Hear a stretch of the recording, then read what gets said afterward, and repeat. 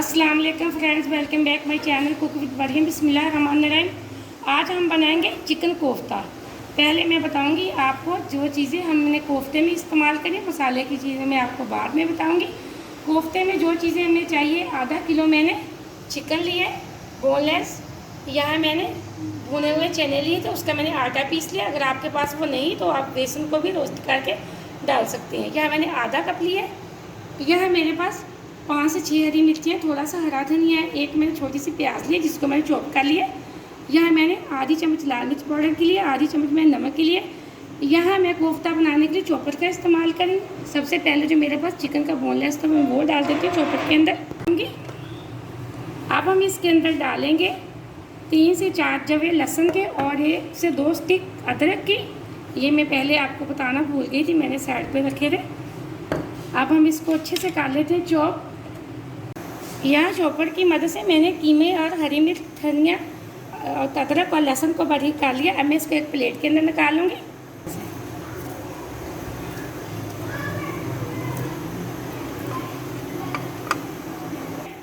मैंने कीमे का अच्छे से पानी निकाल लिया। आप पानी निचोड़ दिया करें, प्याज का पानी होता है, फिर हमारे कोफ्ते अच्छे नहीं बनेंगे। अब जो मेरे पास चने का आटा था मैं वो डाल दूँगी।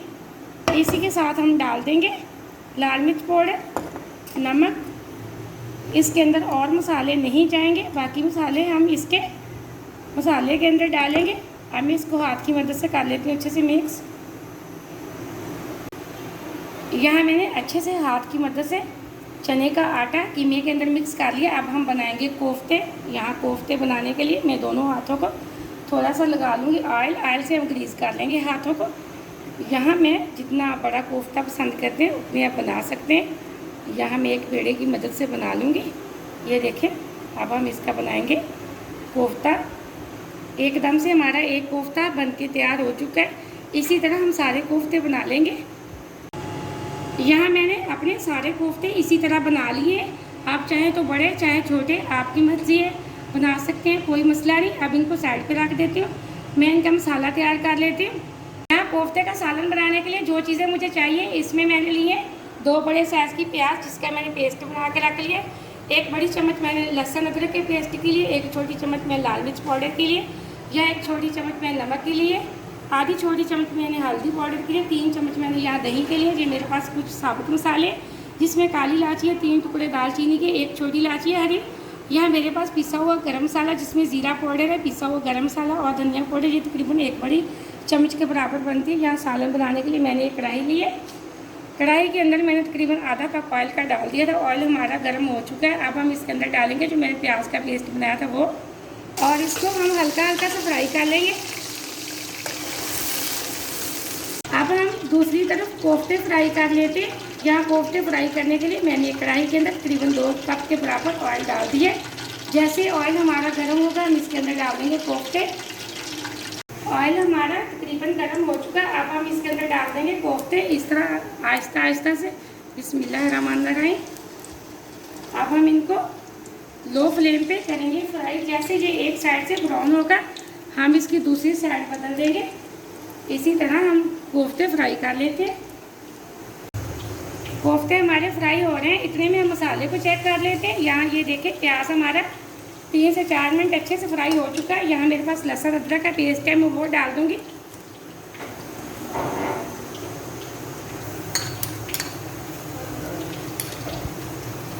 और इसी के साथ जो मेरे पास साबुत मसाले थे हम वो भी डाल देंगे। और 1 मिनट के लिए मज़ीद हम लहसुन को अच्छे से फ्राई कर लेंगे ताकि जो लहसुन का कच्चापन है वो बिल्कुल ख़त्म हो जाए।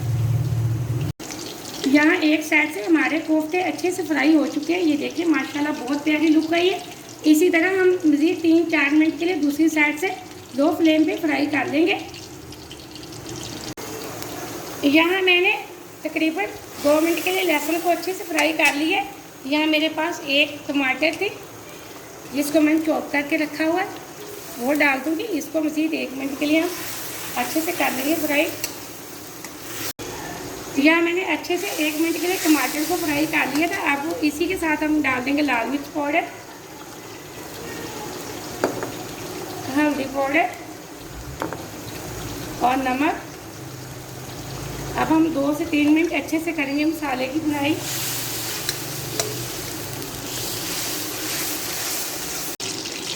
यहाँ एकदम से हमारे कोफ्ते अच्छे से फ्राई हो चुके हैं। अब मैं एक प्लेट के अंदर निकाल लेती हूँ।